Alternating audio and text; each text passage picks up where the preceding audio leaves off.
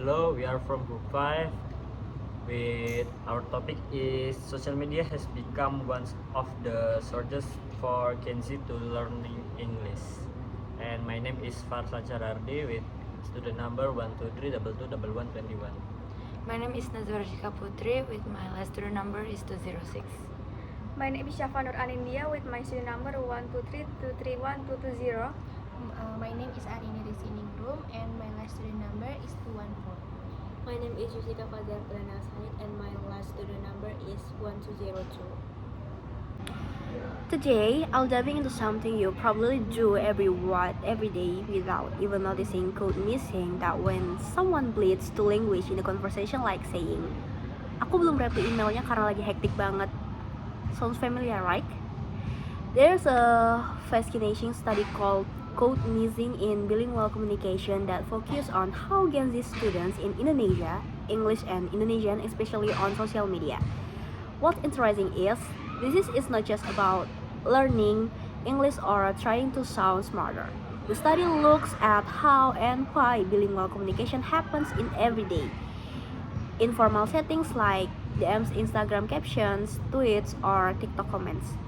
So, what did the study find? One of the key takeaways is that social media plays a huge role in shaping the way young people use language.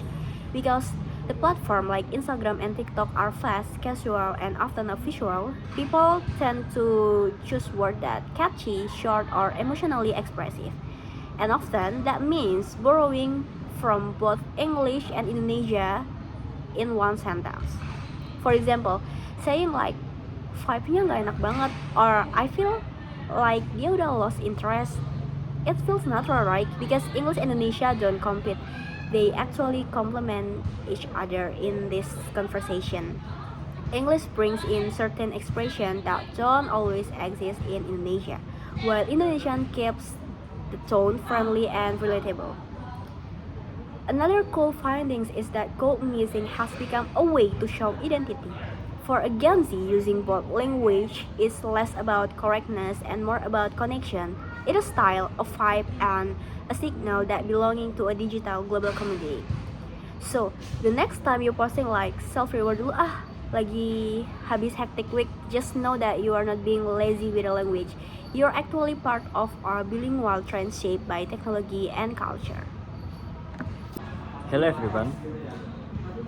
Social media has a big impact on how high school students in Duhok learn and use English. A study on Generation Z showed that platforms like Instagram, YouTube, and Facebook encourage students to mix English with their native languages. A habit called code mixing. Common words like follow, share, like, and subscribe are now part of daily conversation. This happens mostly because students want to express themselves better, sound modern, or simply don't know the word in their own language. In this research, found 3 reasons for this.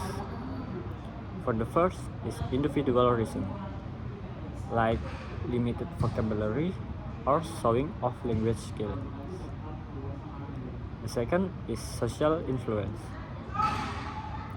For example, is from friends, family, and trends. And number 3 is cultural reason, like trying to sound cool or international. Overall, social media is helping students become more confident with English in real life situation. It's not a replacement for school, but it's a powerful tool for learning in a fun and modern way. Thank you for your attention. Next is the article with title is The Use of Social Media for English Language Learning, an explanatory study of EFL University students. So first up, What's this research all about? The study looked at university students in Indonesia, English as a foreign language learners, and explored how they use social media to support their English learning outside the classroom. And guess what? Most of the students didn't even realize they were learning English. They were just scrolling, posting, commenting, but all in English. Platforms like Instagram, Facebook, YouTube, and even Twitter played a big role. So how exactly are these students using social media to improve their English? Here are some key points. First, vocabulary building. Students pick up new words from captions, hashtags, and video subtitles. Second, listening skills. Watching YouTube videos, English vlogs, music videos help they train their ears for different accents. Third, reading and grammar.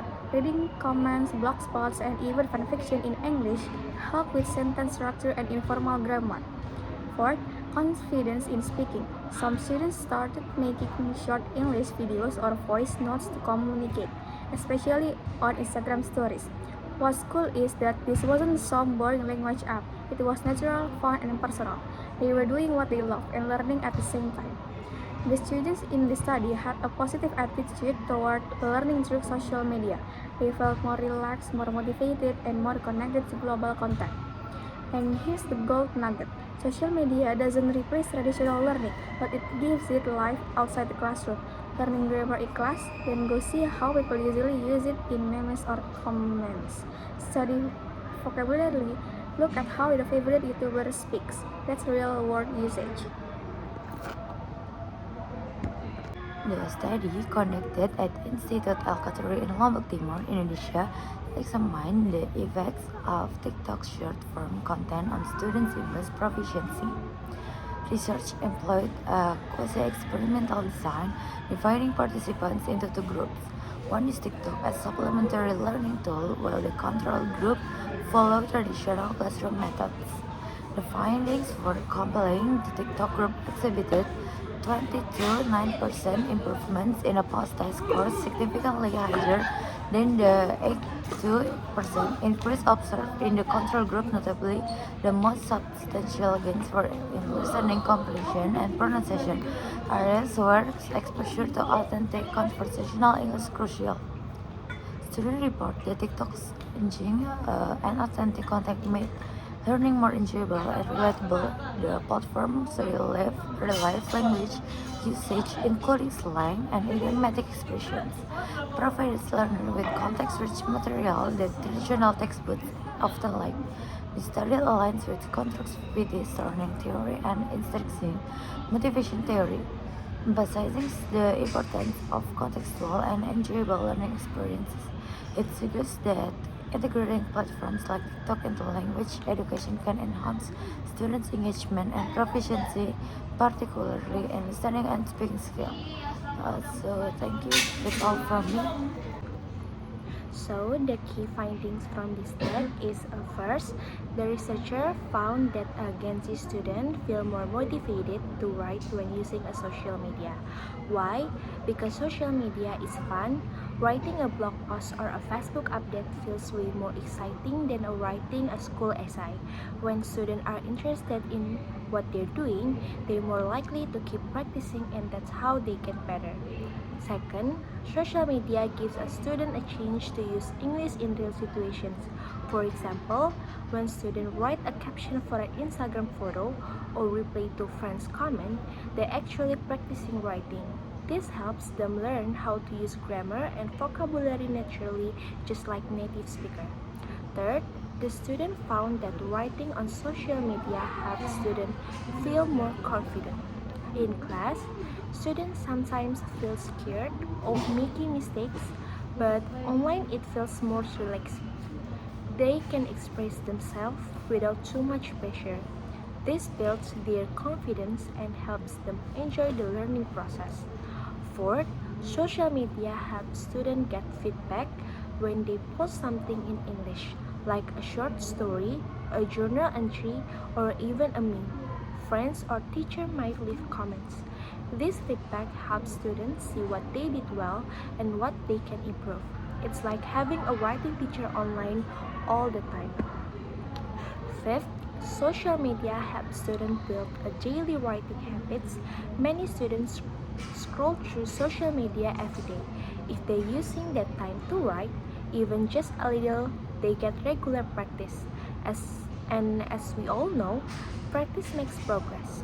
And here's something else the researcher noticed: students didn't just write more, they also enjoy writing more. They become more creative, try new words, and share their thoughts more openly.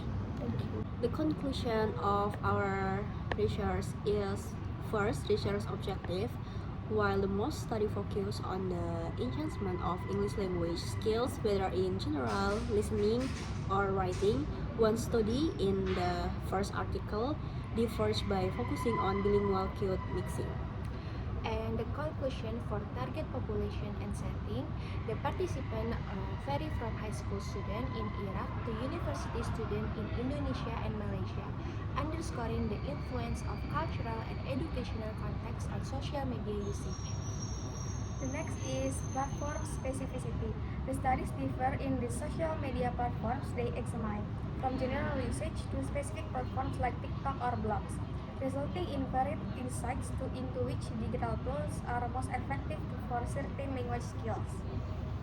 The last one is language skills focus, whereas some studies examine comprehensive language proficiency or informal learning attitudes, others break down the impact on specific skills such as listening or writing. These differences illustrate how the influence of social media on language use and learning can vary greatly depending on the linguistic context, platform characteristic, and educational environment and the Gen Z population being studied. That's all from our podcast. Thank you.